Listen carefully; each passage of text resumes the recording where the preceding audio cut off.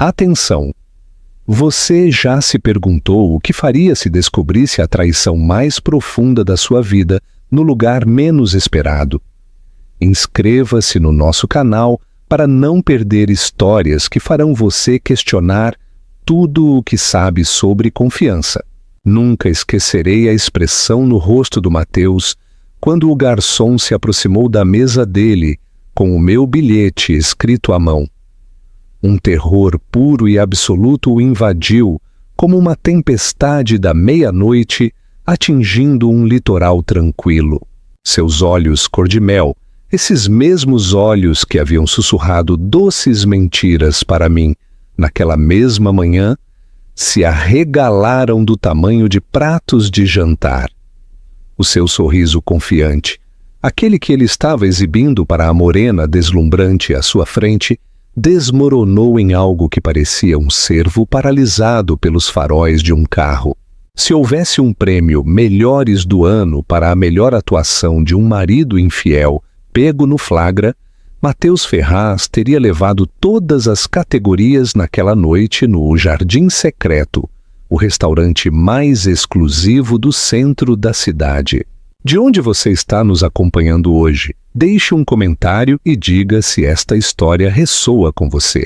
Mas deixe-me dizer uma coisa: a verdadeira atuação, o ato verdadeiramente digno de um Oscar, não foi a patética demonstração de pânico do Mateus.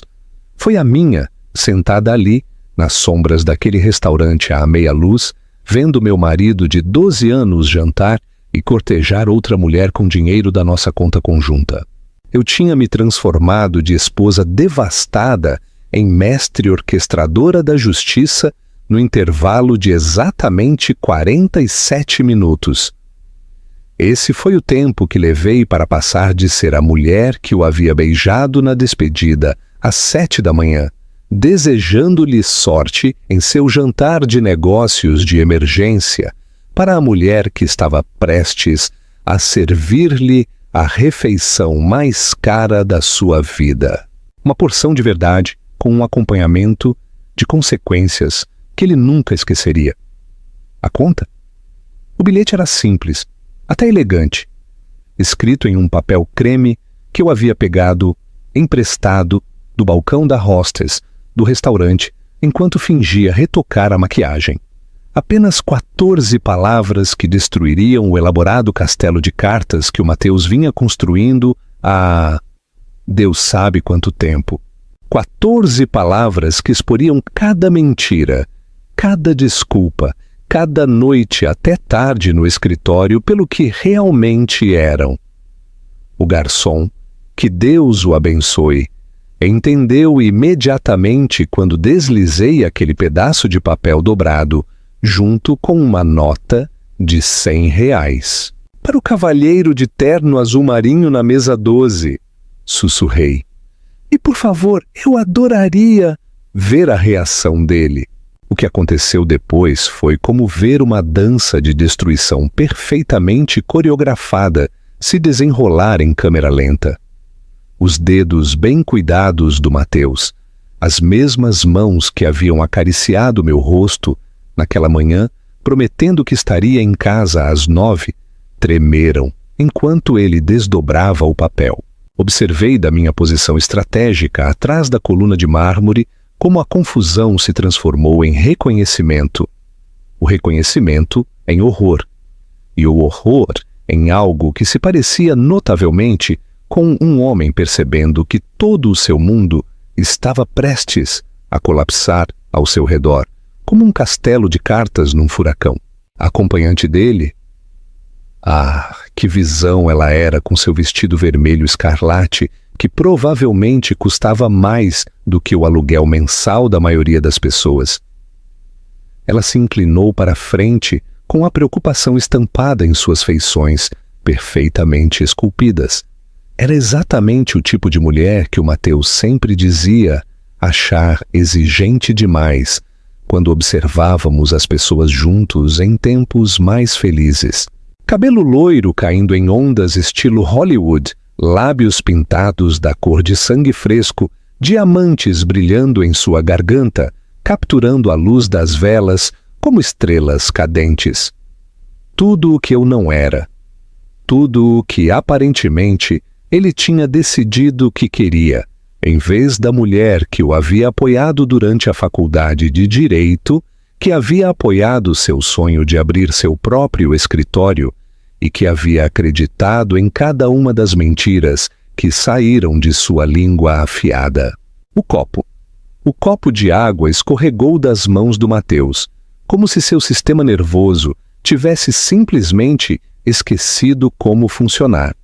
O cristal se estilhaçou contra o chão de mármore, com um som que pareceu ecoar na minha alma. Cada fragmento refletia os pedaços quebrados do que eu uma vez acreditei ser um casamento inquebrável. Outros clientes se viraram para olhar, alguns com leve curiosidade, outros com aquele tipo de interesse voyeurista que as pessoas têm quando pressentem que um drama está se desenrolando em tempo real. Mas Mateus não olhava para o vidro quebrado, não olhava para a expressão cada vez mais preocupada de sua companheira de jantar. Nem sequer olhava para o bilhete que havia provocado esse colapso espetacular. Não. Seus olhos escaneavam freneticamente o restaurante como um animal encurralado procurando uma rota de fuga, porque em algum lugar do seu coração infiel ele sabia exatamente quem havia enviado aquela mensagem. Sabia que eu estava ali, observando, esperando, orquestrando este momento com a precisão de uma mestre de xadrez, movendo suas peças para a posição de xeque-mate. Foi então que decidi dar a ele o que procurava. Levantei-me da minha mesa, emergindo de trás da coluna, como um fantasma se materializando das sombras, e nossos olhares se encontraram do outro lado daquele restaurante lotado. Naquele momento elétrico de reconhecimento, vi 12 anos de casamento passarem pela expressão dele. Nosso dia de casamento. Nosso primeiro apartamento. As promessas que fizemos. Os sonhos que compartilhamos. A vida que construímos juntos e que ele, aparentemente, tinha decidido que não era suficiente. Mas também vi algo mais naqueles familiares olhos verdes.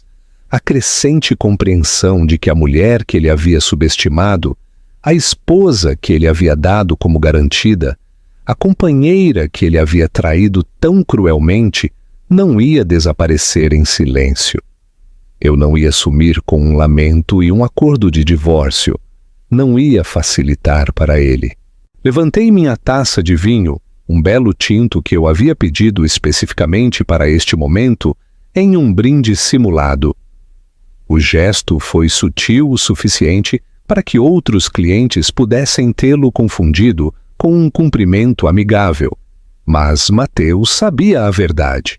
Ele entendeu exatamente o que aquela taça levantada significava. Fim de jogo, querido. Checkmate, sua vez. E então, com a graça que provém da fúria justa e de 12 anos praticando advocacia, indiretamente ao lado dele, virei-me e caminhei em direção à saída.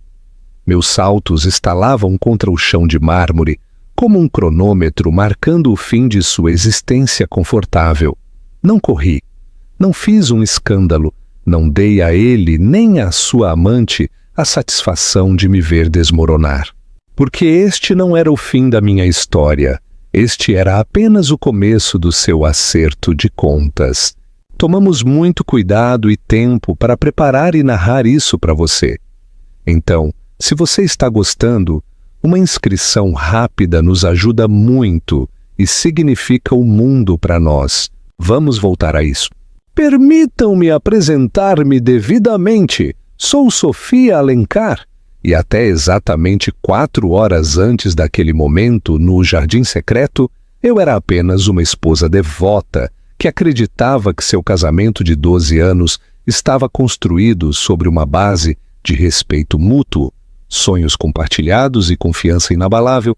Eu era a mulher que ainda sentia borboletas no estômago quando de Mateus cruzava a porta da frente da nossa casa, depois de um longo dia em seu escritório de advocacia.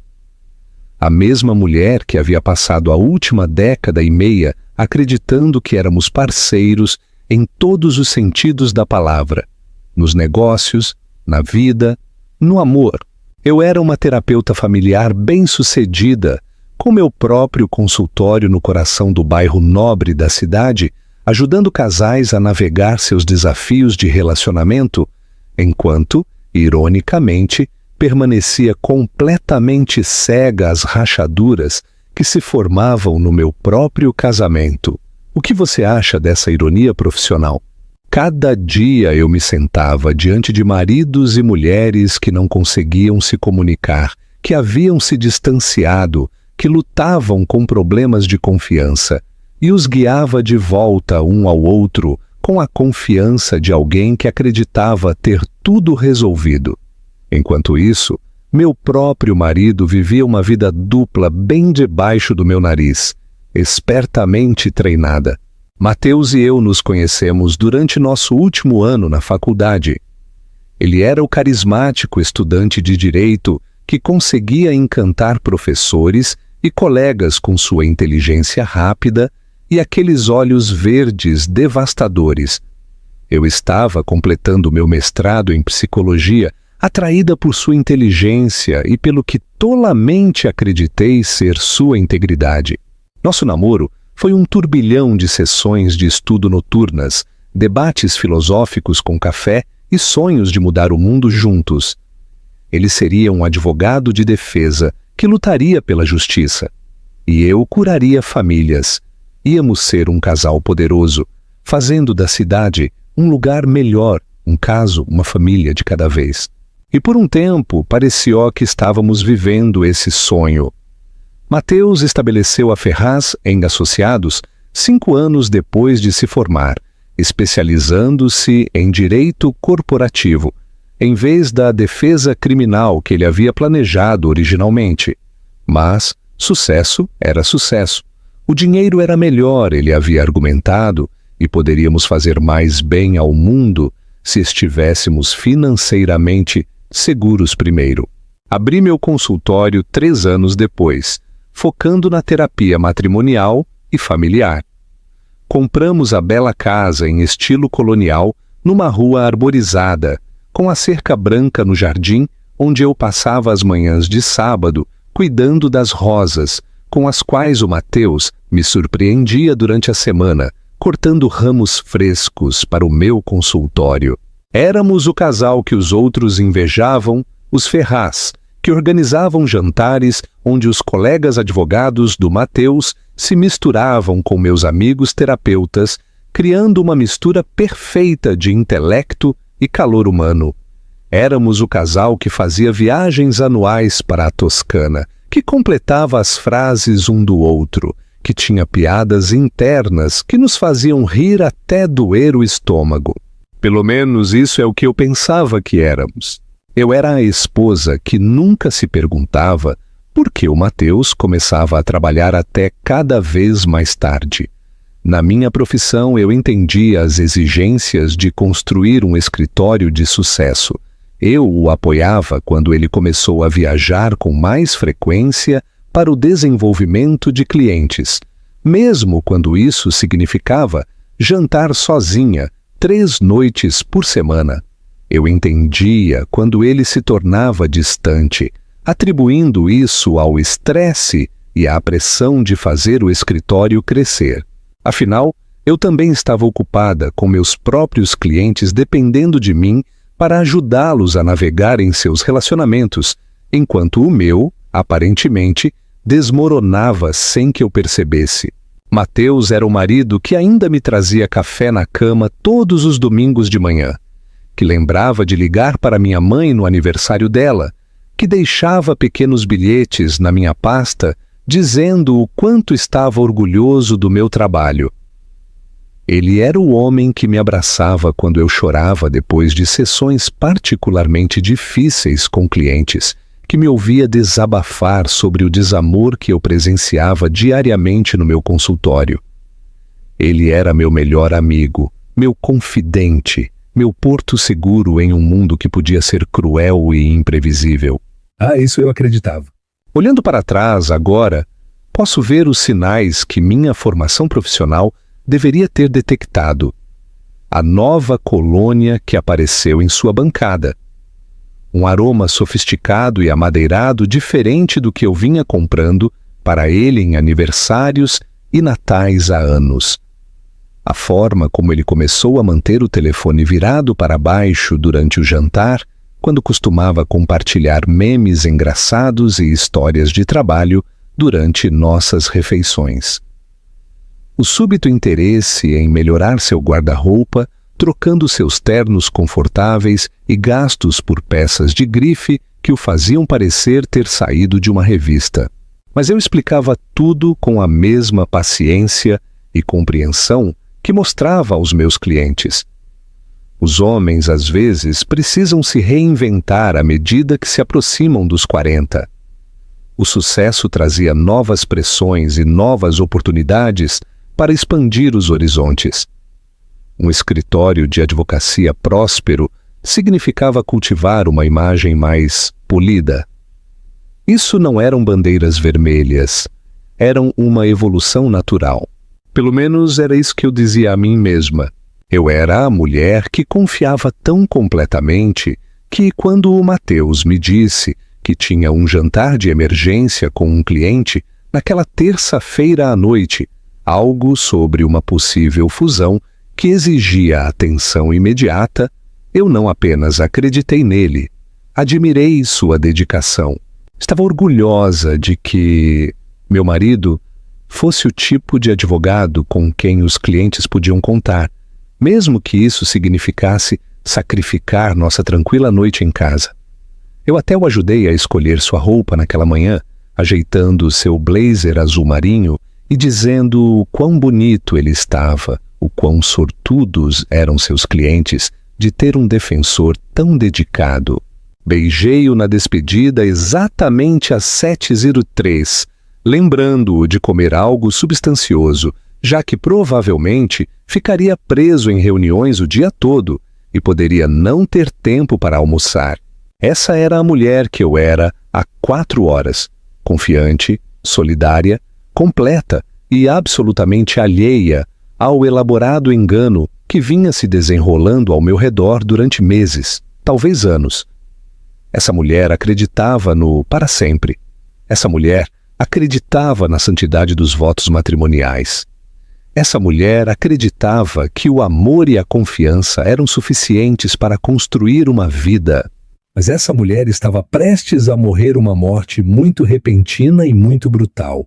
A ligação que destruiu meu mundo chegou às 14h47 de uma terça-feira à tarde, bem no meio da minha sessão com os Garcia, um casal que lutava com problemas de infidelidade. A ironia não me escapou mais tarde, mas naquele momento eu estava completamente concentrada em ajudar a Margarida Garcia a processar seus sentimentos de traição, enquanto o marido se sentava do outro lado do meu sofá do consultório, mexendo em sua aliança de casamento e evitando o contato visual. Meu telefone, que eu sempre mantinha no silencioso durante as sessões, iluminou-se com uma mensagem de texto da minha colega de faculdade e amiga de longa data, Raquel Monteiro. Raquel morava agora em outra cidade trabalhando como executiva de marketing para uma empresa de tecnologia, mas estava na cidade para uma conferência e havia planejado surpreender a mim e ao Mateus com um jantar mais tarde naquela semana. O que ela viu, em vez disso, mudaria tudo. A sessão com os Garcia terminou às 15h15 e assim que saíram do meu escritório, verifiquei meu telefone. A mensagem da Raquel era breve, mas devastadora. Sofia, estou no O Jardim Secreto para um almoço de negócios. Acabo de ver o Mateus aqui com uma mulher. Não estão falando de negócios. Sinto muito. Não sabia se devia te contar, mas não podia não te contar. Me liga. Minhas mãos começaram a tremer antes que meu cérebro pudesse processar completamente o que estava lendo. Supostamente, o Mateus estaria em seu escritório, preparando-se para o jantar de emergência com o cliente desta noite. O jardim secreto ficava do outro lado da cidade em relação ao escritório dele, no bairro artístico, onde os restaurantes caros atendiam a pessoas que celebravam ocasiões especiais ou realizavam negócios muito pessoais.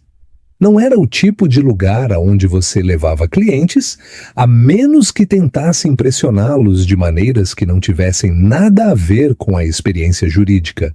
Olhei para aquelas palavras na minha tela até que ficaram embaçadas, com uma mulher não falando de negócios. A parte clínica do meu cérebro, a parte treinada para ajudar as pessoas a processar traumas e traições, tentou oferecer explicações racionais.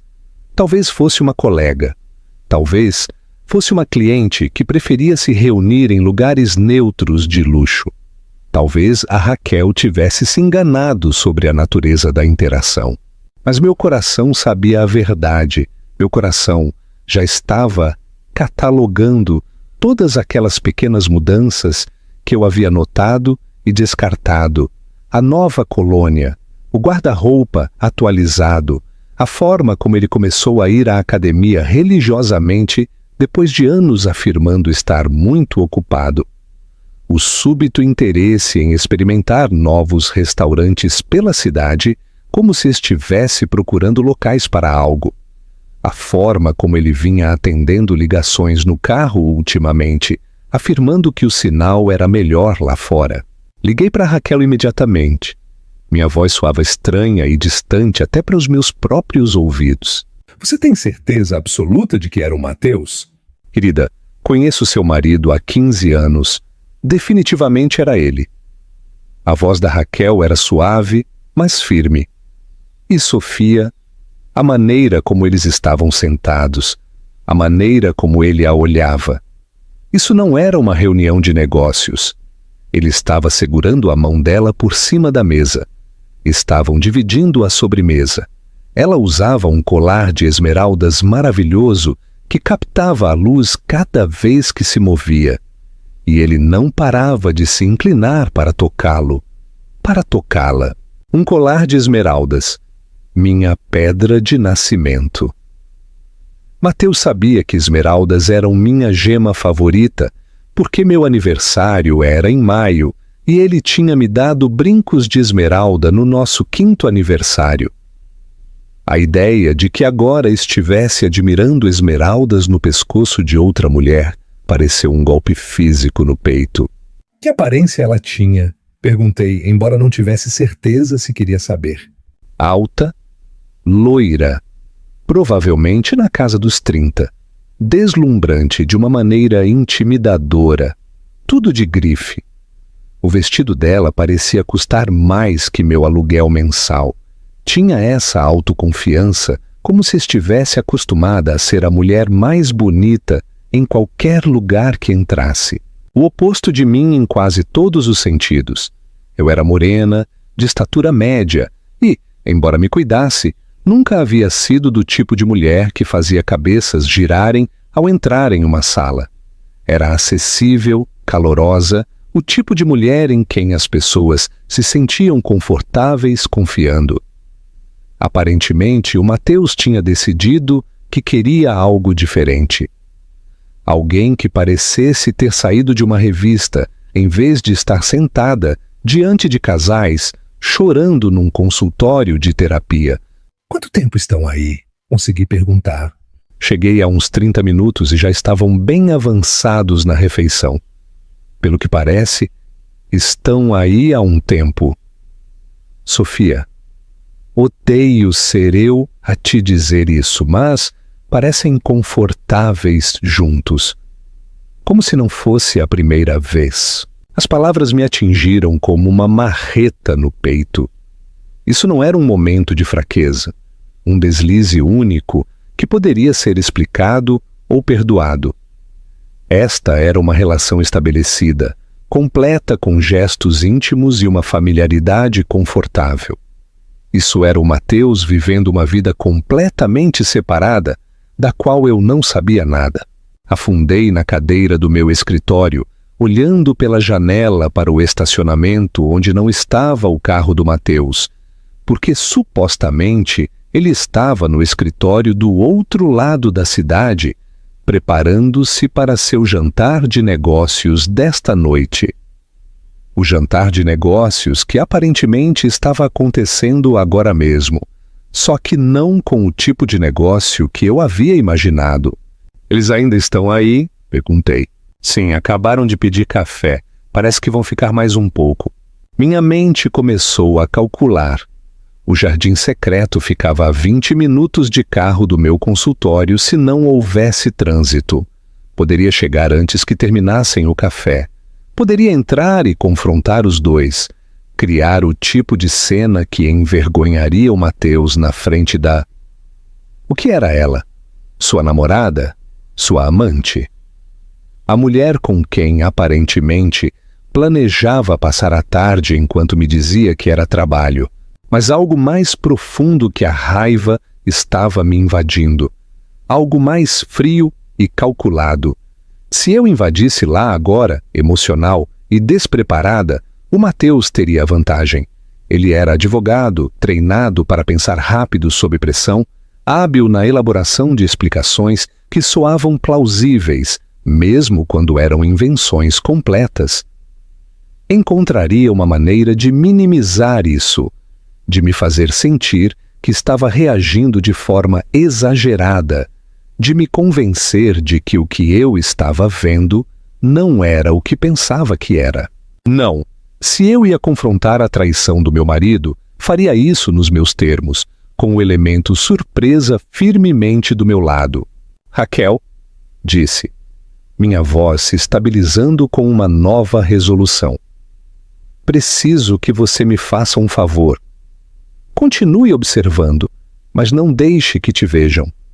Envie-me uma mensagem quando se prepararem para ir embora. Estou indo para lá, mas não vou confrontá-los."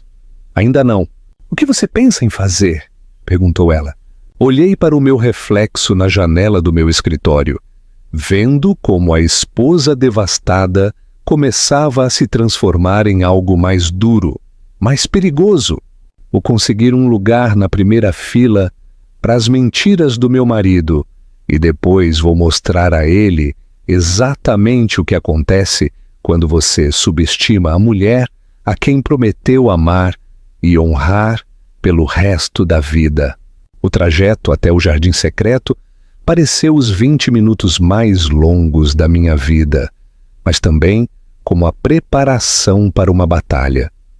Quando estacionei o carro, sabia exatamente o que ia fazer.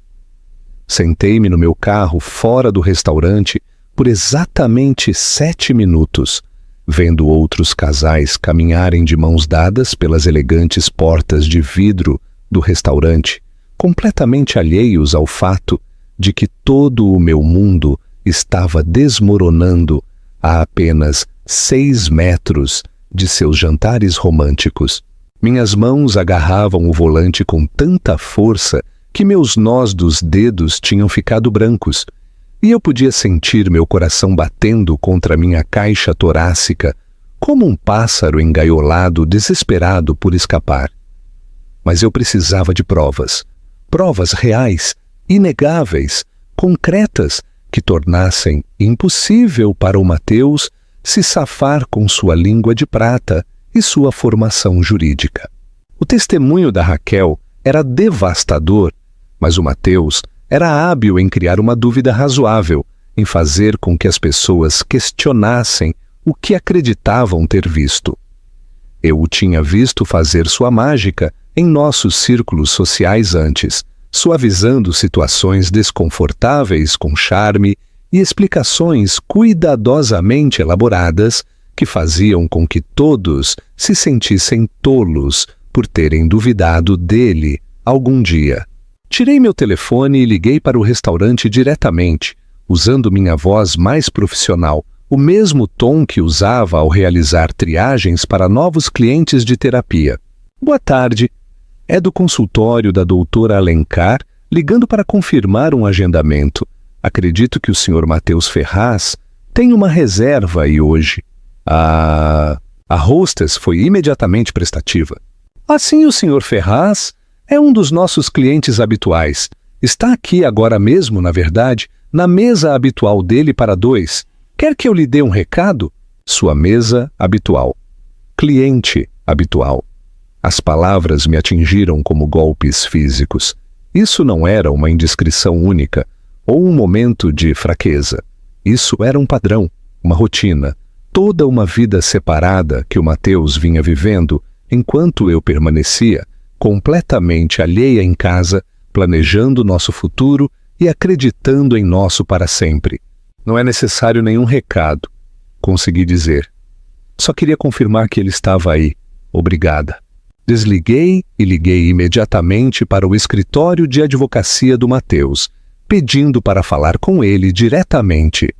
Sua secretária, Júlia, atendeu no segundo toque com sua habitual e alegre eficiência. Ferraz e Associados, aqui é a Júlia. Olá, Júlia. Sou a Sofia. O Matheus está disponível? Queria falar com ele antes do seu grande jantar de cliente desta noite. Houve uma pausa que durou apenas uma fração de tempo a mais.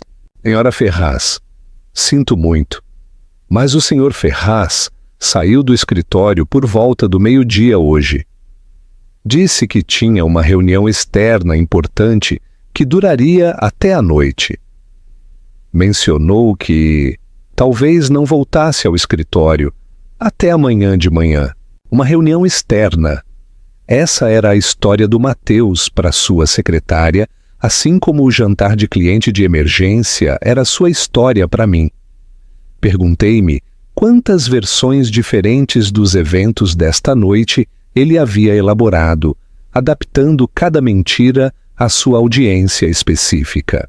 Ele mencionou onde aconteceria essa reunião. Perguntei, mantendo minha voz leve e curiosa em vez de suspeita. Não. Só disse que era um assunto confidencial de um cliente. A senhora sabe como ele é com a confidencialidade advogado-cliente. Sim, eu sabia exatamente como ele era com segredos. Aparentemente ele era melhor nisso do que eu jamais havia imaginado. Agradeci a Júlia e desliguei. Depois abri imediatamente meu aplicativo do banco para verificar a atividade de nossa conta conjunta. O que encontrei ali revirou o meu estômago. Nos últimos 3 meses tinha havido cobranças regulares no O Jardim Secreto. Sempre para exatamente 2 pessoas. Sempre nas tardes de terça-feira. Sempre cobrados no nosso cartão de crédito conjunto. O mesmo cartão que eu usava para comprar mantimentos e pagar os suprimentos do meu escritório. Felizmente ignorante de que também estava financiando a aventura do meu marido. Mas isso não foi o pior. Enquanto eu rolava pelas cobranças, encontrei um padrão de gastos que pintava uma imagem de uma vida dupla tão elaborada que teria impressionado escritores de ficção. Compras de joias na joalheria Esplendor. Cobranças na lingerie exclusiva, uma boutique de luxo. Flores da floricultura mais cara da cidade, entregues em um endereço que eu não reconhecia. Cobranças de hotel num resort de luxo, a 1 hora da cidade. Sempre reservado para pacotes de fim de semana românticos. Minhas mãos tremiam tanto que mal podia segurar meu telefone. Cada compra era uma traição. Cada cobrança, uma mentira. Cada transação, uma prova de que, enquanto eu estava construindo o que acreditava ser nossa vida juntos, o Matheus estava construindo uma existência completamente separada com outra pessoa. Fiz capturas de tela de cada cobrança suspeita, construindo metodicamente um arquivo digital de provas que nenhuma das habilidades jurídicas do Matheus poderia explicar. O colar de esmeraldas que a Raquel tinha mencionado? Aí estava uma cobrança de R$ 22.000 na joalheria Esplendor há 2 semanas.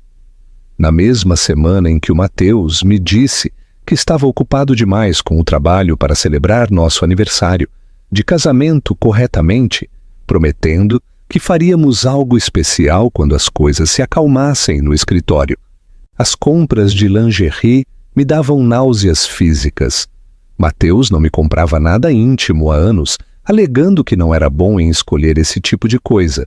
Aparentemente, ele tinha desenvolvido um grande talento para comprar para outra pessoa. Liguei para a joalheria Esplendor em seguida, novamente usando minha voz profissional. Olá, sou a doutora Alencar, ligando por causa de uma compra recente que meu marido fez. Mateus Ferraz. Acredito que ele comprou um colar de esmeraldas há umas 2 semanas. A vendedora mostrou-se imediatamente entusiasmada. Sim, o Sr. Ferraz é tão romântico. Ele veio várias vezes nos últimos meses, sempre procurando algo especial para a namorada dele.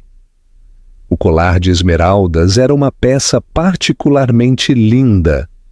Ele disse que o verde era a cor favorita dela porque combinava com os olhos dela. Sua cor favorita, os olhos dela, não os meus. Mateus sabia perfeitamente que meus olhos eram castanhos e que as esmeraldas eram especiais para mim pelo meu aniversário, não pela cor dos meus olhos. Ele havia criado uma narrativa romântica completamente nova com essa mulher, completa com detalhes íntimos e preferências pessoais que não tinham nada a ver com sua esposa. Ele mencionou que estavam celebrando um marco especial.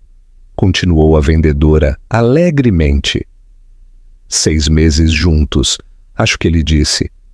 Foi muito específico em querer algo que comemorasse a ocasião adequadamente. 6 meses! Mateus vinha mantendo esse relacionamento há meio ano, tempo suficiente para estabelecer aniversários e marcos dignos de celebrar com joias caras, enquanto eu me preocupava com seus níveis de estresse e o aumento de horas de trabalho. Ele estava se apaixonando por outra pessoa. Eu o perdi. Agradeci à joalheira e desliguei. Depois, sentei-me no meu carro olhando a entrada do restaurante, processando a magnitude do que havia descoberto. Isso não era uma aventura passageira. Era uma vida alternativa completa. Mateus não apenas traiu nosso casamento. Ele construiu sistematicamente um elaborado engano que envolvia nossas finanças, nosso tempo e, aparentemente, nosso futuro. Meu telefone vibrou com outra mensagem de texto da Raquel. Estão pedindo a conta. Parece que se preparam para ir embora logo. Você já está aqui? Olhei para a fachada elegante do O Jardim Secreto, sua iluminação quente derramando-se sobre a calçada, onde outros casais chegavam para seus próprios jantares, suas próprias celebrações, seus próprios relacionamentos, presumivelmente honestos. Em alguns minutos, o Mateus sairia daquele restaurante com sua amante, provavelmente planejando voltar para o quarto de hotel que ele havia reservado para a noite juntos, completamente alheio ao fato de que sua esposa estava sentada a 15 metros de distância, com provas suficientes para destruir a ficção cuidadosa que ele vinha vivendo. Mas não ia confrontá-los no estacionamento como uma esposa desesperada e histérica. Eu tinha uma ideia melhor, uma ideia muito melhor. Enviei uma mensagem para a Raquel. Estou aqui. Quando eles saírem, siga-os discretamente e me diga para onde vão. Eu vou entrar para ter uma conversinha com o garçom dele. Era hora de voltar à própria noite romântica do Mateus contra ele. Esperei exatamente 12 minutos depois que a Raquel me enviou uma mensagem de texto dizendo que o Mateus e sua amante haviam deixado o restaurante, dando-lhes tempo suficiente para limpar a área imediata antes de eu fazer minha entrada. Durante esses 12 minutos, transformei-me de esposa devastada em estrategista calculadora, revisando minha aparência no espelho retrovisor e aplicando uma nova camada de batom com mãos que finalmente haviam parado de tremer. A mulher que saiu daquele carro não era a mesma mulher que havia atendido a devastadora ligação da Raquel 2 horas antes. Esta mulher tinha um propósito. Esta mulher tinha um plano. A hostess daquele jardim secreto me cumprimentou com o tipo de calor polido que os restaurantes caros cultivam, como um bom vinho. Boa noite, bem-vinda ao Jardim Secreto. Tem reserva? Na verdade, espero que possa me ajudar com algo bastante delicado, disse, deslizando uma nota de R$ 50 sobre o balcão de mogno da hostess. Meu marido acabou de estar aqui com uma associada de negócios. Supostamente, eu me juntaria a eles, mas fiquei retida no trabalho. Matheus Ferraz, acredito que estavam na mesa habitual. O reconhecimento apareceu no rosto dela imediatamente. E sim, o Sr. Ferraz, um casal tão encantador. Acabaram de sair há uns 15 minutos. Sinto muito que a senhora os tenha perdido. Um casal encantador. As palavras doeram, mas mantive minha expressão neutra. Não sei se poderia me dizer que garçom os atendeu. Eu adoraria deixar uma gorjeta pelo excelente serviço e talvez obter alguma informação sobre como foi a reunião. Outros R$ 50 se juntaram aos primeiros e o sorriso da hostess tornou-se genuinamente prestativo. Esse seria o Marcos. Ele tem sido o garçom preferido do Sr. Ferraz há meses. Acabou de terminar de limpar a mesa dele, na verdade. Tenho certeza de que adoraria falar com a senhora. Ela me guiou através do salão elegantemente decorado do restaurante, passando por mesas de casais compartilhando jantares íntimos e sócios de negócios fechando tratos com vinhos caros. A ironia não me escapou de que eu estava caminhando por um templo ao romance e à boa mesa, enquanto planejava o que poderia ser o ato de vingança mais calculado da minha vida. Marcos revelou-se um homem distinto, de uns 50 anos com cabelos grisalhos e o tipo de porte profissional que sugeria décadas de experiência lendo as pessoas e as situações. Quando a hostess me apresentou como a senhora Ferraz e se retirou discretamente, a expressão dele tornou-se imediatamente mais cautelosa. Senhora Ferraz, disse com cuidado, eu não sabia que o Sr. Ferraz era casado. A admissão me atingiu como um golpe físico, mas eu tinha me preparado para isso.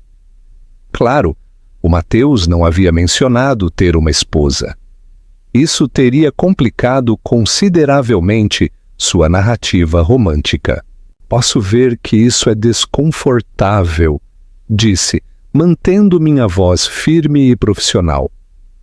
Não estou aqui para fazer um escândalo nem para colocá-lo numa posição difícil. Estou aqui porque preciso entender exatamente o que meu marido tem feito com suas tardes de terça-feira. Marcos olhou nervosamente ao redor, claramente pesando suas opções. O profissional nele queria manter a confidencialidade do cliente. Mas o ser humano nele, obviamente, estava lutando com as implicações morais do que vinha presenciando. Talvez pudéssemos conversar em particular, sugeri, apontando para um canto tranquilo que acabava de ficar livre. Prometo que não busco causar problemas a você nem ao restaurante. Só preciso da verdade. Sentamo-nos um em frente ao outro no canto à meia-luz e pude ver o Marcos tomando sua decisão.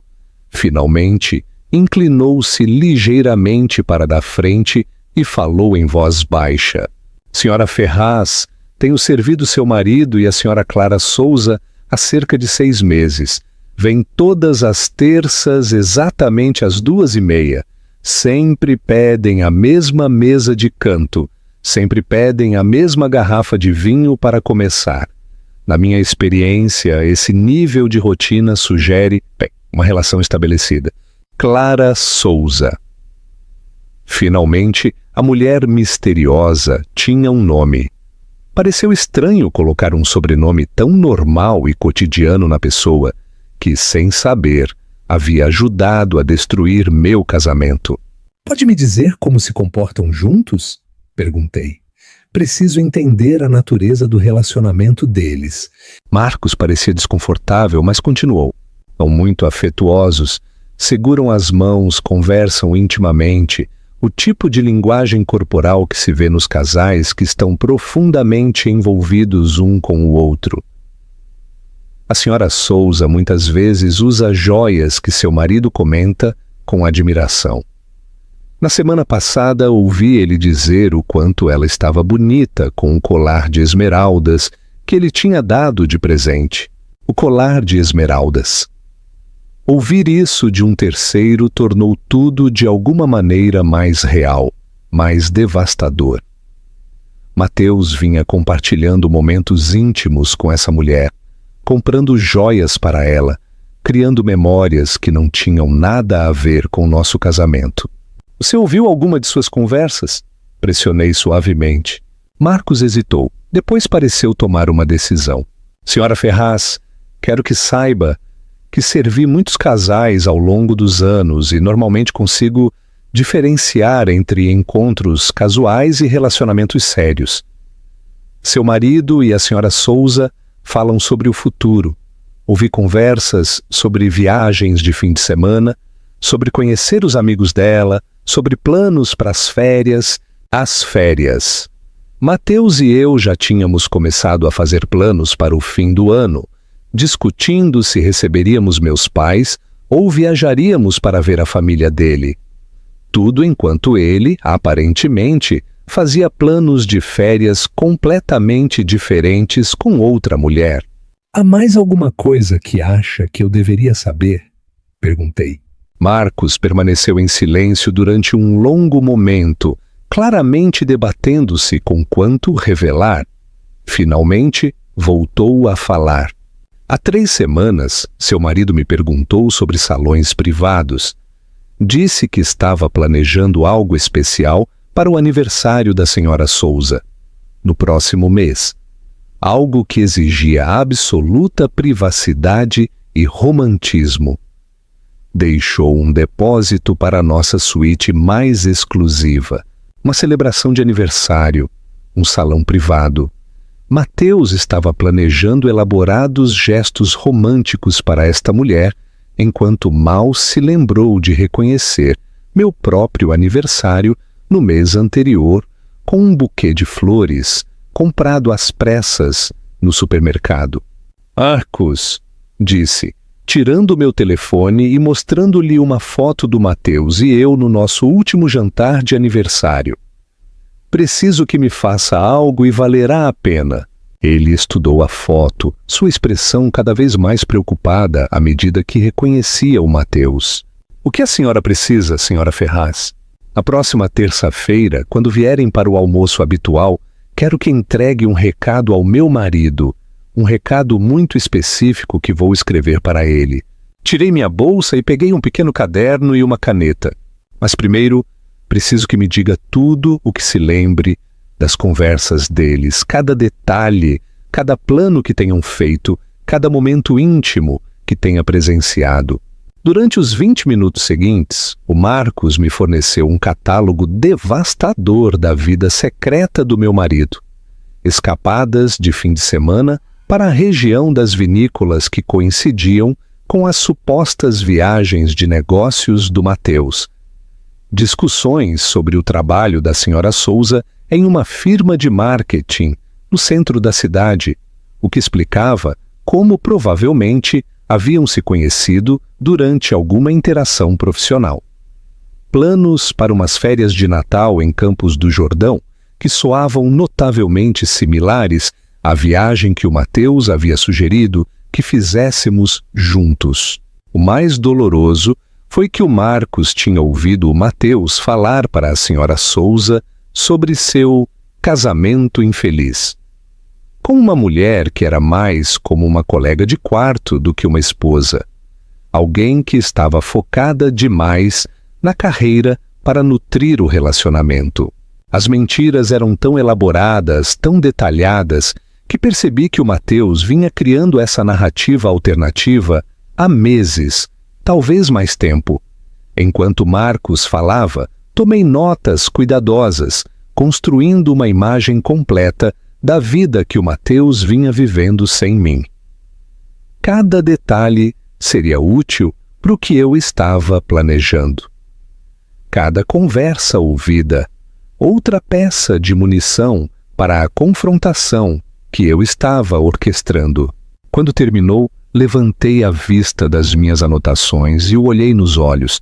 Marcos, vou escrever algo e na próxima terça-feira quero que entregue ao Mateus exatamente como faria com qualquer outro recado. Pode fazer isso por mim? Ele assentiu lentamente. Senhora Ferraz, pelo que vale, sinto muito que esteja passando por isso. Em todos os meus anos de serviço, nunca gostei de ver alguém viver uma mentira. Sorri sombriamente e comecei a escrever, elaborando a mensagem perfeita. Uma que destruiria o engano confortável do Mateus da maneira mais pública e humilhante possível. A armadilha estava montada. Agora só tinha que esperar até terça-feira para ativá-la. A terça-feira seguinte chegou com um tipo de clareza de outono que fazia tudo parecer mais nítido, mais definido. Eu tinha passado os 6 dias anteriores planejando meticulosamente cada detalhe do que tinha chegado a considerar o dia do juízo final do Mateus. Durante esses 6 dias, mantive a fachada perfeita da esposa desprevenida, continuando nossas rotinas normais, enquanto documentava secretamente cada mentira que saía dos lábios dele. Na segunda-feira à noite, Mateus tinha me beijado na despedida antes de sair para o que ele afirmava ser uma sessão de estratégia tardia com seus sócios sobre uma próxima fusão. "Não me espere, querida", tinha dito, ajeitando a gravata no espelho do corredor. "Isso pode se prolongar até bem depois da meia-noite." Sorri para ele e disse que entendia. Até o ajudei a escolher uma gravata que complementaria seu terno azul marinho. O que não lhe disse foi que eu já tinha confirmado que os escritórios da Ferraz em Associados estavam completamente às escuras às 20h e que sua sessão de estratégia era, na verdade, um jantar romântico no La Trattoria, um íntimo restaurante italiano do outro lado da cidade, seguido de uma noite no hotel. Sabia disso porque tinha contratado uma detetive particular. Rebeca Vidal foi muito recomendada por uma das minhas colegas terapeutas que tinha utilizado seus serviços durante seu próprio divórcio, complicado 3 anos antes. Rebeca era minuciosa, discreta e surpreendentemente acessível para alguém com sua reputação. Durante a última semana, ela me havia fornecido um dossiê completo sobre a relação do Mateus com a Clara Souza. Porque sim, agora eu sabia seu nome completo, seu histórico profissional, o endereço do seu apartamento e até suas preferências de café. Clara tinha 32 anos, era diretora sênior de marketing numa agência de comunicação moderna, divorciada e sem filhos. E segundo a investigação da Rebeca, completamente alheia ao fato de que o Mateus era casado. As fotos que a Rebeca tinha tirado mostravam uma mulher genuinamente feliz, rindo das piadas do Mateus, olhando para ele com o tipo de adoração que eu lembrava sentir durante nossos primeiros anos juntos. De uma maneira distorcida, quase sentia pena dela. Era tão vítima do engano do Mateus quanto eu, só que de um ângulo diferente. Mas a compaixão teria que esperar. Hoje se tratava de justiça. Cheguei ao jardim secreto exatamente às 14h15, 15 minutos antes da hora habitual de chegada do Mateus e da Clara. Havia escolhido meu traje cuidadosamente.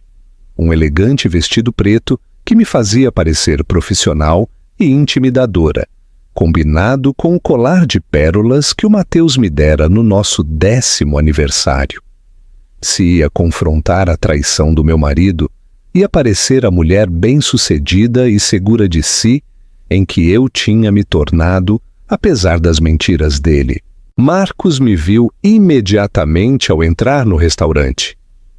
Tínhamos falado 2 vezes mais durante a última semana, uma vez quando fui revisar a disposição dos assentos e outra ontem para confirmar os detalhes finais do nosso plano. Ele se aproximou de mim com um tipo de energia nervosa que sugeria que entendia a gravidade do que estávamos prestes a fazer. Senhora Ferraz, disse em voz baixa, guiando-me até uma mesa que oferecia uma vista perfeita do canto habitual do Mateus, enquanto me mantinha parcialmente oculta atrás de uma coluna decorativa. Tudo está disposto exatamente como a senhora solicitou. A mesa 12 está preparada e tem o seu recado pronto. Meti a mão na bolsa e tirei um envelope que continha uma generosa gorjeta para o Marcos, junto com uma nota escrita à mão, expressando minha gratidão por sua ajuda. Lembre-se, disse a ele, espere que peçam o vinho e se acomodem para conversar. Quero que estejam relaxados e confortáveis antes de entregar o recado. Marcos assentiu e se retirou para atender outras mesas, deixando-me sozinha com meus pensamentos e meu coração acelerado. Apesar de toda a minha preparação, apesar do planejamento cuidadoso e das provas que tinha reunido, ainda sentia o peso do que estava prestes a fazer. Em alguns minutos detonaria uma bomba no meio da vida dupla cuidadosamente construída do Mateus, e não haveria volta. Às 14h31, Mateus cruzou a porta principal do jardim secreto e meu fôlego cortou apesar de tudo o que eu sabia, de tudo o que havia preparado. Ele parecia bonito e seguro de si, com o terno cinza que eu o tinha ajudado a escolher no Natal passado, o cabelo perfeitamente penteado, seu sorriso brilhante de antecipação. Por um momento, ao vê-lo assim, quase pude entender por que a Clara tinha se apaixonado por ele. Mateus sempre tinha sido encantador quando queria ser. Clara apareceu ao lado dele segundos depois, e tive que admitir que as fotografias que a Rebeca tinha tirado não lhe faziam justiça. Era deslumbrante pessoalmente, alta e elegante de uma maneira que falava de personal trainers caros e tratamentos de spa regulares. Seu cabelo loiro caía em ondas perfeitas abaixo dos ombros e usava um vestido bordô que provavelmente custava mais que o salário mensal da maioria das pessoas. O colar de esmeraldas, meu colar de esmeraldas, comprado com meu dinheiro, captou a luz ambiente do restaurante e brilhou como a luz das estrelas, capturada contra sua pele pálida. Mas foi a linguagem corporal deles que realmente escancarou a realidade do relacionamento. A mão do Mateus descansava possessivamente na parte inferior das costas dela, enquanto seguiam a hostess até a mesa.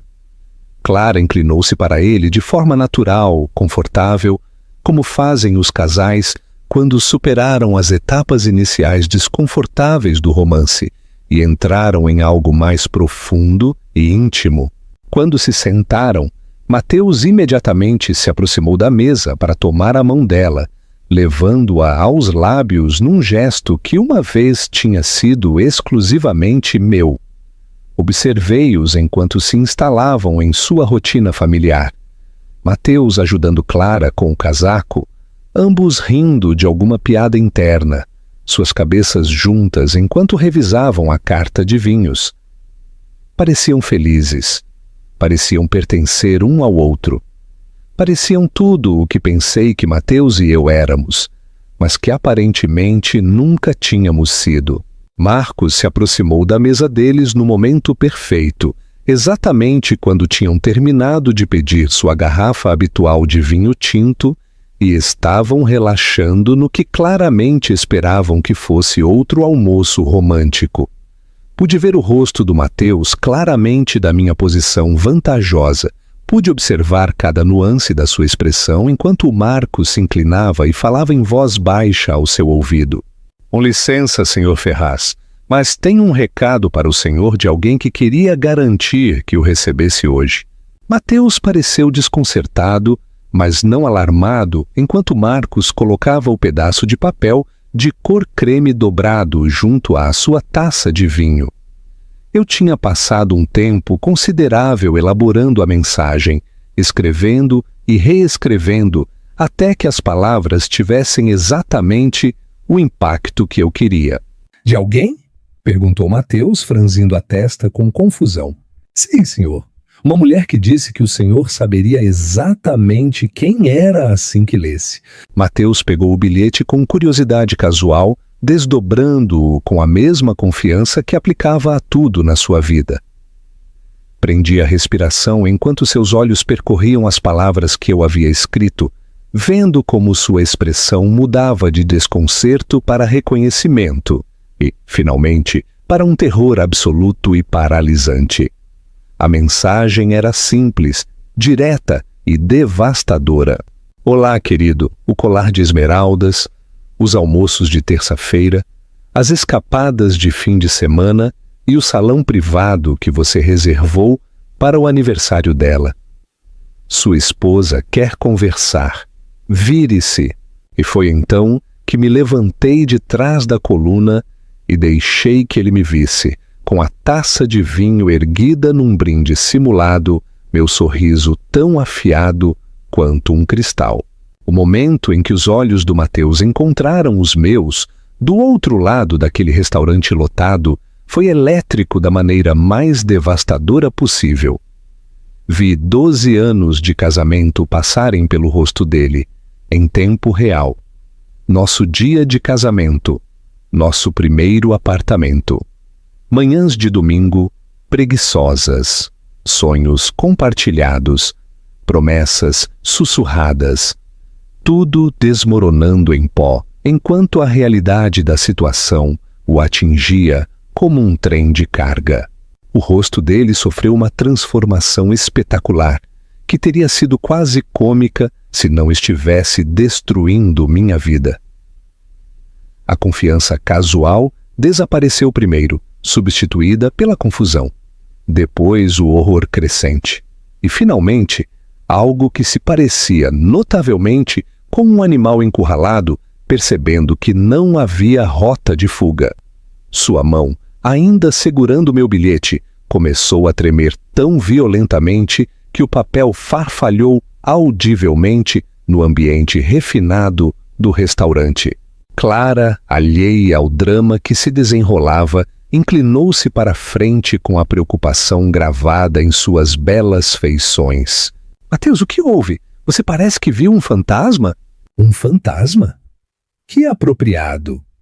Porque a mulher que o Mateus pensou que havia escondido a salvo em sua outra vida, a esposa que ele havia convencido a Clara de que não existia de nenhuma maneira significativa, acabava de se materializar para assombrar seu paraíso cuidadosamente construído.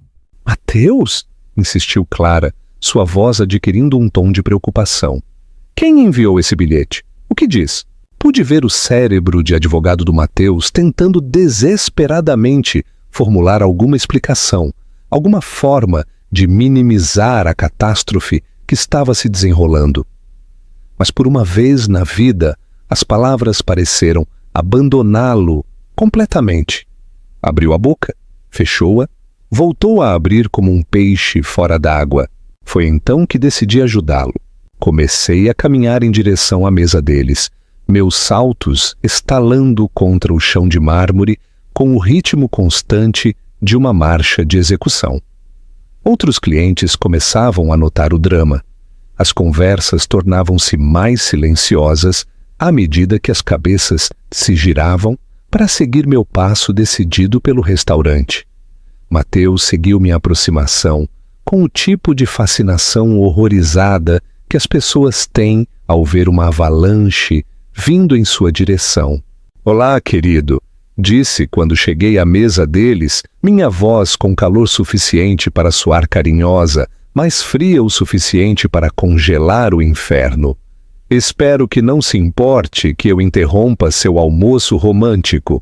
A cabeça da Clara levantou-se bruscamente, seus olhos verdes, os mesmos sobre os quais o Mateus aparentemente havia escrito poesia, segundo os relatórios de vigilância da Rebeca, se arregalaram com confusão. "Desculpe, nós nos conhecemos? Não fomos apresentadas formalmente", respondi, estendendo minha mão com perfeita graça social. "Sou Sofia Alencar, a esposa do Mateus." As palavras atingiram a Clara como um golpe físico. Seu rosto empalideceu sob a maquiagem habilmente aplicada e pude ver sua mente correndo para processar essa informação impossível. "Esposa?" repetiu a palavra apenas um sussurro. Mateus finalmente encontrou sua voz, embora tenha saído como um grasnido sufocado. Sofia, o que você faz aqui? Isso não é o que parece. Eu ri então, um som que era a partes iguais amargo e genuinamente divertido. Sério, Mateus? Não é o que parece? Porque daqui de onde estou, parece exatamente que meu marido está tendo um almoço romântico com a amante, com a gravata que eu ajudei a escolher hoje de manhã. No restaurante onde vocês têm se encontrado todas as terças-feiras há 6 meses. A mão da Clara voou para a garganta, tocando o colar de esmeraldas que tinha se tornado um símbolo da traição do Mateus. "Mateus, você me disse que era divorciado. Disse que seu casamento acabou há anos, que só estava esperando a papelada ser finalizada." Ah, é? Virei-me para a Clara e, apesar de tudo, senti uma pontada de verdadeira simpatia por ela. "Isso é interessante, porque renovamos nossos votos há apenas 18 meses no Havaí. Tenho fotos se quiser ver." O restaurante tinha ficado notavelmente mais silencioso. Outros clientes agora olhavam abertamente para nossa mesa enquanto o drama se desenrolava. Marcos manteve-se por perto, claramente dividido entre a discrição profissional e a fascinação mórbida. Mateus fez uma última tentativa desesperada para recuperar o controle da situação. "Sofia, por favor, podemos discutir isso em particular? Este não é o lugar para... Para quê, Mateus? Para a honestidade, para esta verdade, para reconhecer que você tem vivido uma vida dupla enquanto eu planejava nosso futuro." Tirei meu telefone e rolei até as capturas de tela que eu havia feito dos nossos extratos bancários. "Deveríamos discutir isso em particular? A forma como você gastou em particular R$ 4.000 no colar dela, usando nossa conta conjunta? Ou a forma como reservou escapadas românticas em particular, enquanto me dizia que estava em viagens de negócios?" O rosto da Clara tinha passado de pálido para um tom esverdeado doentio. Mateus, isso é verdade? Você é realmente casado? Você realmente ainda vive com ela? É complicado, disse Mateus, fracamente. "Não, na verdade não é", interrompi. "Na verdade é bastante simples. O Mateus é casado comigo. Vivemos juntos na casa da Rua das Acácias. Dividimos uma cama, uma conta bancária, e até há cerca de uma semana pensei que dividíamos um futuro. A única parte complicada é como ele conseguiu te convencer do contrário." Clara levantou-se abruptamente, sua cadeira raspando contra o chão com um som áspero que ecoou no restaurante, de repente silencioso. "Tenho que ir", disse ela. Sua voz tremia. "Não posso. Isso é loucura. Mateus, você me disse que ela era basicamente uma estranha, que não tinham intimidade há anos, que só estava esperando o momento certo para apresentar os papéis do divórcio." "Fizemos amor no domingo passado de manhã", disse em voz baixa, vendo o Mateus encolher como se eu o tivesse batido. "Logo depois que ele me trouxe café na cama e me disse o quanto me amava." A devastação no rosto da Clara era quase dolorosa de presenciar. Agarrou a bolsa com mãos trêmulas, olhando entre o Mateus e eu, como se ambos falássemos uma língua estrangeira. 6 meses, sussurrou. 6 meses acreditando que tinha encontrado alguém honesto.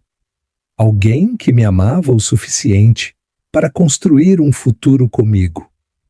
E você é apenas um mentiroso. Ambos casados e mentindo para todo mundo.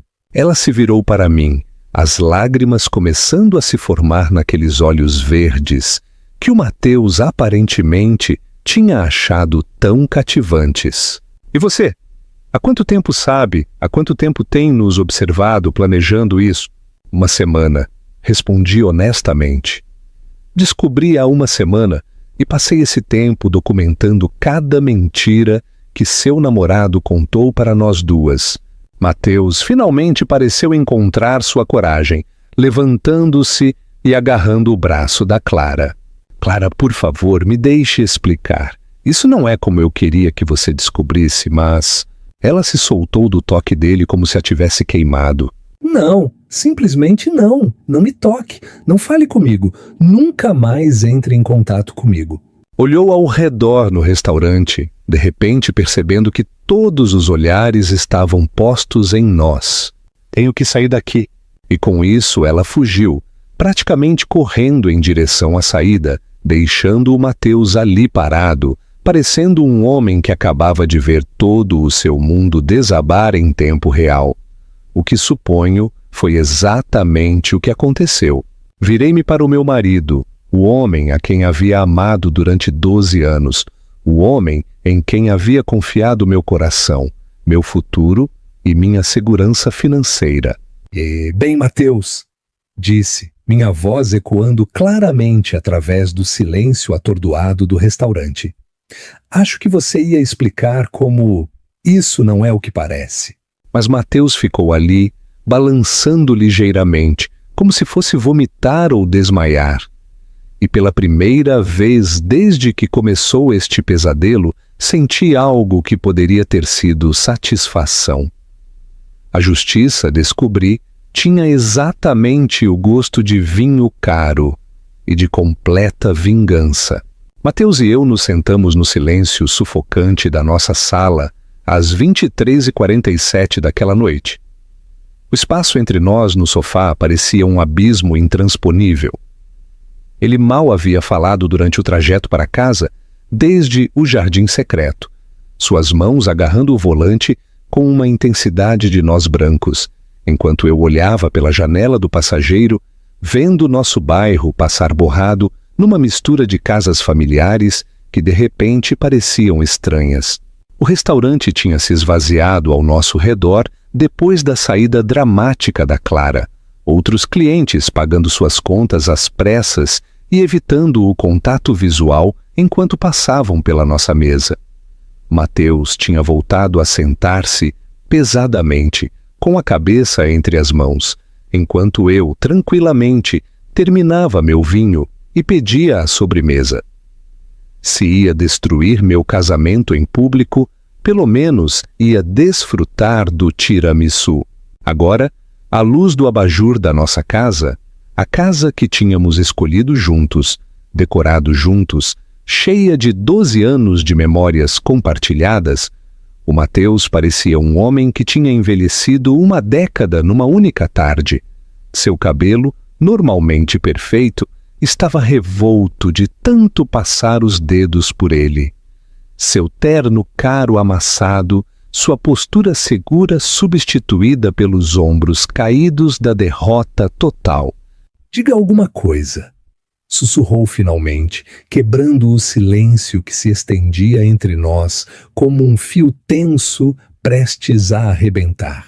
Olhei para ele, realmente o olhei, estudando o rosto que havia beijado milhares de vezes ao me despedir, as mãos que haviam segurado as minhas durante nossa cerimônia de casamento, a boca que havia prometido me amar e honrar na alegria e na tristeza. O que você quer que eu diga, Mateus? Que entendo, que está tudo bem, que podemos superar isso? Ele levantou a cabeça, a esperança piscando naqueles olhos verdes que uma vez tinham feito meu coração palpitar. Podemos! Superar isso, quero dizer.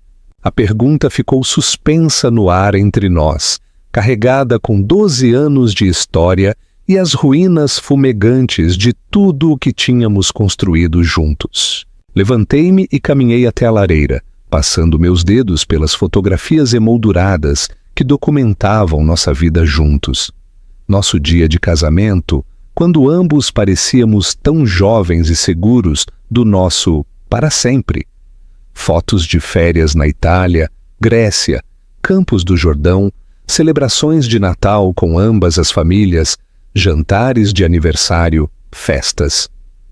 Uma dúzia de anos de momentos que pensei que eram preciosos para ambos. Fale-me dela, disse, sem me virar. Não as mentiras que você me contou, não a versão que deu à sua secretária ou aos seus amigos. Diga-me a verdade sobre a Clara Souza. Mateus permaneceu em silêncio durante tanto tempo que pensei que não responderia. Quando finalmente falou, sua voz era apenas audível. Eu a conheci numa conferência jurídica há 8 meses. Ela estava lá representando a empresa dela num painel sobre estratégias de marketing para serviços profissionais. Era inteligente, segura, diferente de mim, completei mentalmente quando ele se interrompeu. Diferente do que tínhamos nos tornado, corrigiu ele. Diferente do que éramos. Sofia, você tem que entender, tínhamos estado nos distanciando há anos. Éramos como colegas de quarto compartilhando espaço, passando pelas rotinas do casamento sem nenhuma conexão real. Virei-me então estudando o rosto dele. Você realmente acreditou nisso? Que éramos apenas colegas de quarto, não éramos? Ele se inclinou para a frente, sua voz adotando o tom persuasivo que eu o tinha ouvido usar nos tribunais. Quando foi a última vez que tivemos uma conversa real que não fosse sobre horários, contas ou trabalho? Quando foi a última vez que me olhou como antes? Quando foi a última vez que fizemos amor porque nos desejávamos, não apenas porque era esperado? Suas palavras arderam, porque havia um pingo de verdade enterrado nelas. Tínhamos caído em rotinas, padrões de comportamento que pareciam seguros e confortáveis, mas talvez carecessem da paixão dos nossos primeiros anos. Mas isso era o casamento, não era? A evolução da intensidade ardente para a constância calorosa, da necessidade desesperada para a companhia confortável. Então você decidiu encontrar essa paixão em outro lugar, disse. Em vez de falar comigo, em vez de sugerir terapia, em vez de trabalhar em nós, você escolheu trair tudo o que tínhamos construído juntos. Não era para ter acontecido, disse ele, a voz falhando. Simplesmente evoluiu. Uma conversa levou a outra. Depois, café. Depois, jantar. Quando percebi o que estava acontecendo, já estava envolvido demais. 8 meses, Mateus. 6 meses de almoços regulares, às terças-feiras, quartos de hotel, joias, cartas de amor. Isso não foi um momento de fraqueza ou um erro. Isso foi um relacionamento. Você estava construindo uma vida com ela enquanto mentia para mim todos os dias. Ele se levantou e começou a andar de um lado para o outro. A energia nervosa que lhe servira bem nos tribunais agora o fazia parecer um animal enjaulado. Quer saber a verdade? A verdade completa e honesta? Fui feliz com ela. Pela primeira vez em anos me senti vivo de novo. Me senti desejado, apreciado, interessante. Clara me olhava como se eu fosse o homem mais fascinante do mundo. Não apenas alguém com quem dividir a hipoteca. A honestidade era brutal, mas eu tinha pedido por ela. E isso justificou as mentiras, o engano? Usar nosso dinheiro para financiar sua aventura? Não, disse rapidamente. Nada justifica isso. Mas, Sofia, ambos sabemos que nosso casamento vem morrendo há anos. Eu só encontrei uma maneira de me sentir vivo de novo. Fazendo-me sentir morta por dentro? Caminhei até a janela, olhando para o jardim onde tínhamos plantado rosas juntos em tempos mais felizes. Sabe o pior de tudo, Mateus? Não é o sexo, embora isso doa. Nem sequer é o dinheiro, embora isso seja uma traição em si mesma. É que você reescreveu toda a nossa história para justificar suas ações. Você disse a ela que eu era fria, obcecada com minha carreira, que nosso casamento tinha acabado em tudo, menos no nome. Você criou uma versão de mim que era a vilã da sua história de amor. Nunca quis te machucar, disse ele, as palavras soando ocas até para seus próprios ouvidos. Mas machucou. Sistematicamente. Deliberadamente. Todos os dias durante 8 meses. Cada mentira que me contou. Cada mentira que contou a ela. Cada real que gastou com outra pessoa. Cada momento que a escolheu em vez de mim. Tudo me machucou. A única diferença é que eu não sabia que estava sangrando. Mateus afundou-se de novo no sofá, com a cabeça entre as mãos. O que você quer que eu faça? Vou terminar tudo com ela. Deixarei meu trabalho, se for necessário, para evitar vê-la. Farei qualquer coisa para salvar nosso casamento. Ou é tarde demais para isso? Disse em voz baixa, surpreendendo-me com o quão calma eu soava. Você já terminou nosso casamento, Mateus? Terminou na primeira vez que a beijou, na primeira vez que disse que a amava, na primeira vez que planejou um futuro que não me incluía.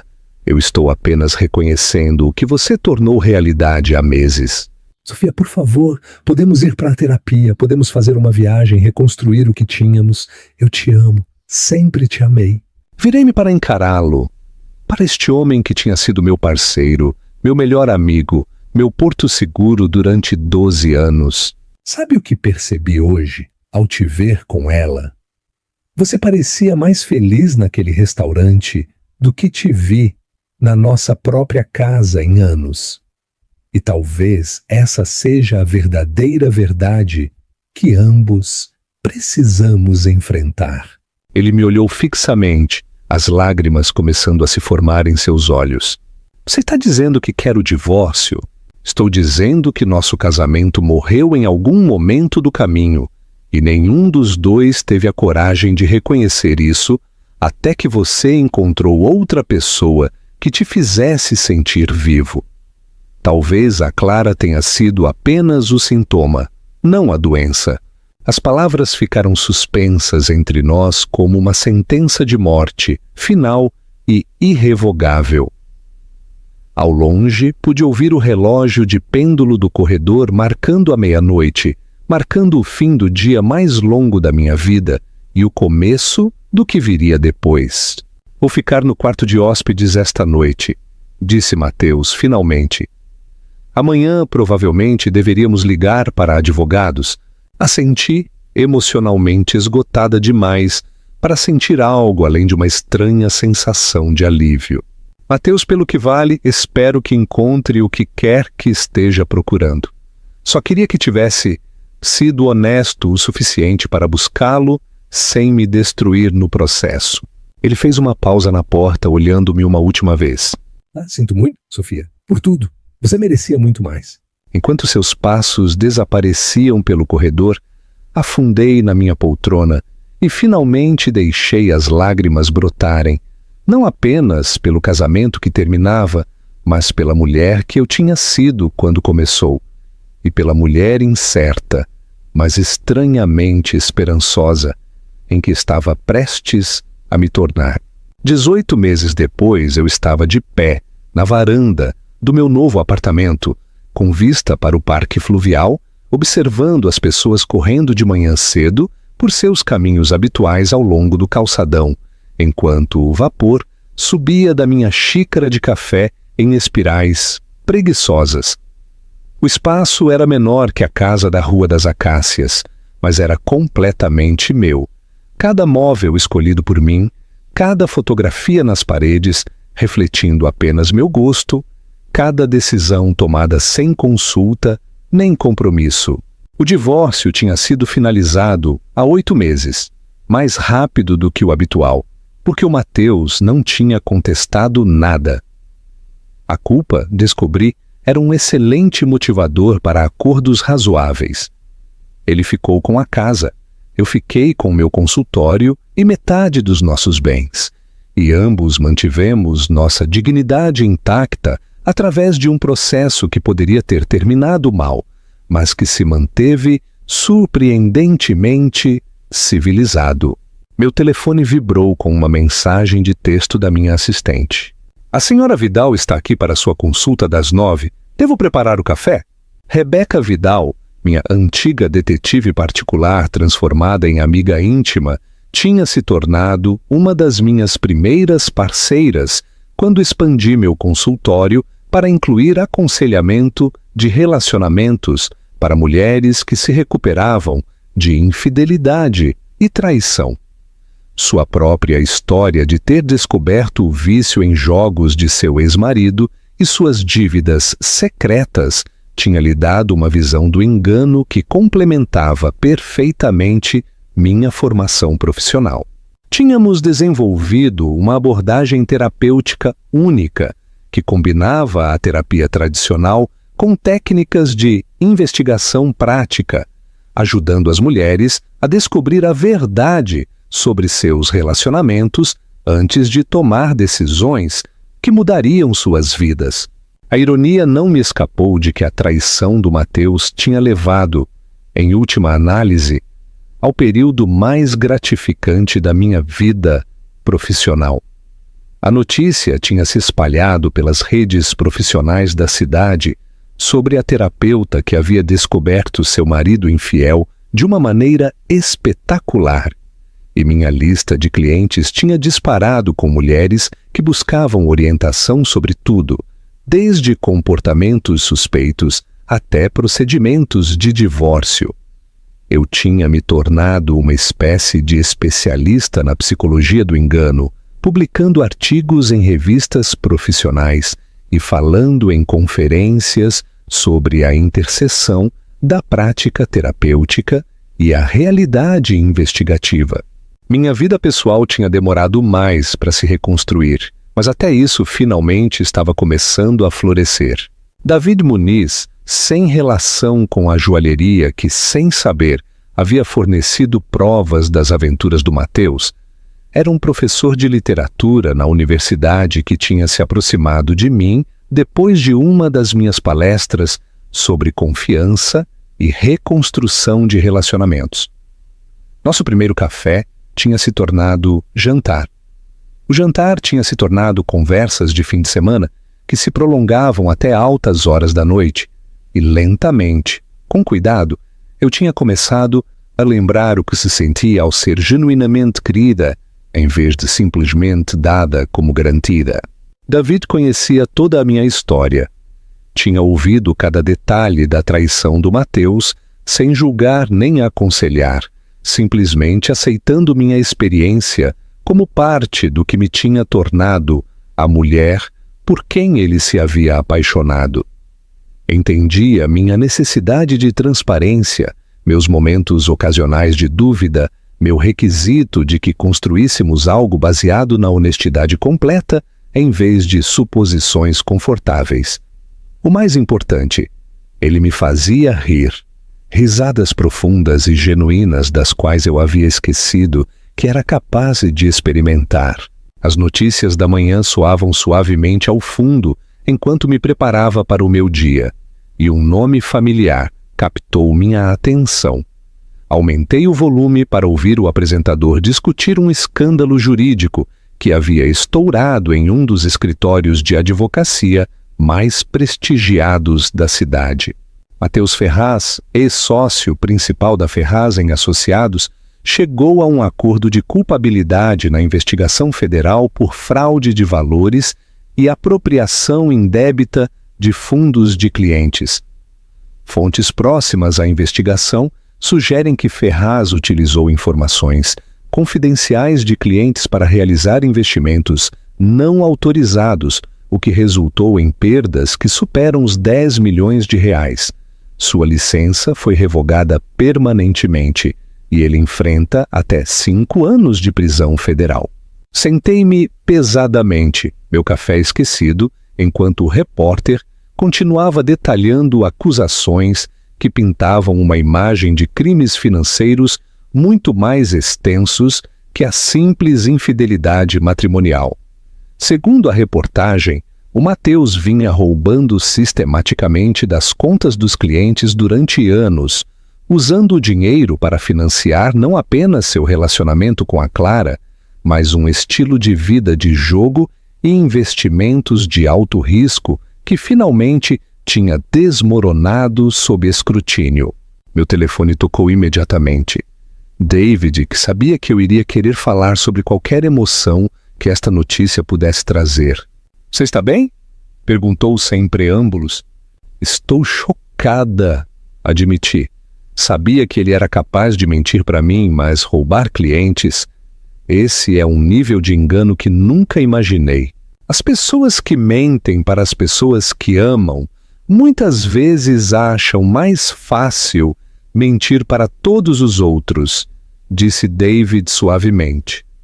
Os limites entre o comportamento aceitável e o inaceitável se confundem quando você já está vivendo uma vida dupla. Depois de desligar, me peguei pensando na Clara Souza, perguntando-me como ela teria processado a revelação de que o homem por quem se apaixonara não era apenas um marido infiel, mas um verdadeiro criminoso. Segundo as notícias, ela tinha sido completamente inocentada. Os investigadores determinaram que ela tinha sido tão vítima do engano do Matheus quanto qualquer outra pessoa. Rebeca chegou à nossa sessão com aspecto cansado, mas decidida, levando a familiar pasta que continha provas de seu último caso, uma mulher cujo marido afirmava estar trabalhando horas extras, enquanto, na realidade, mantinha um apartamento secreto e uma segunda família do outro lado da cidade. "Viu as notícias sobre o Matheus?" perguntou enquanto nos acomodávamos no meu escritório. "Que acabo de ver. É surreal ver a foto do seu ex-marido no noticiário da manhã." Como se sente a respeito? Era uma pergunta que eu vinha me fazendo desde que saiu a notícia. Vingada, suponho, e grata. Se ele estava disposto a roubar clientes, o que poderia ter feito finalmente com nossas contas conjuntas se eu não tivesse descoberto a aventura quando descobri? Passamos a sessão discutindo seu caso atual, mas minha mente continuava vagando para a mulher que eu tinha sido há 18 meses. Confiante, ingênua, completamente alheia a que o homem em torno do qual havia construído minha vida era capaz de um engano tão extenso. Essa mulher teria ficado devastada por esta notícia.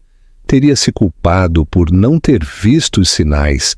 Teria se perguntado que outras verdades sobre sua vida tinham sido mentiras, mas a mulher em que me tornei sentia algo diferente. Uma profunda e sentida gratidão pelo bilhete que eu havia enviado através do Marcos naquele dia no Jardim Secreto. Aquele único ato de coragem tinha me salvado de anos de engano adicional. Tinha me libertado para construir uma vida baseada na verdade, em vez de confortáveis ilusões. Naquela noite, enquanto o David e eu preparávamos o jantar na minha pequena, mas alegre cozinha, me peguei pensando na mensagem que havia escrito há tantos meses. 14 palavras que haviam terminado uma vida e começado outra. 14 palavras que me haviam transformado de vítima em sobrevivente, em alguém que agora ajudava outras mulheres a encontrar sua própria coragem para exigir a verdade. David percebeu meu senho franzido. "Um real pelos seus pensamentos?" perguntou ele, notando meu estado de ânimo contemplativo. "Estava pensando nas segundas chances", disse, aceitando a taça de vinho que ele me ofereceu. Como às vezes a pior coisa que te acontece acaba sendo o que salva sua vida. Ele sorriu, a expressão chegando aos seus olhos de uma maneira que me lembrava diariamente como era o amor autêntico. Pelas segundas chances, então, disse ele, levantando sua taça. Pelas segundas chances, concordei. E pela coragem de escrever nosso próprio final. Lá fora, o sol se punha sobre o parque fluvial, pintando o céu em tons dourados e carmesim. Em algum lugar do outro lado da cidade, o Mateus, provavelmente, se preparava para um futuro muito diferente do que qualquer um de nós havia imaginado. Mas aqui, neste momento, rodeada de amor honesto e sabedoria conquistada com esforço, nunca me havia sentido mais grata pelo bilhete que mudou tudo.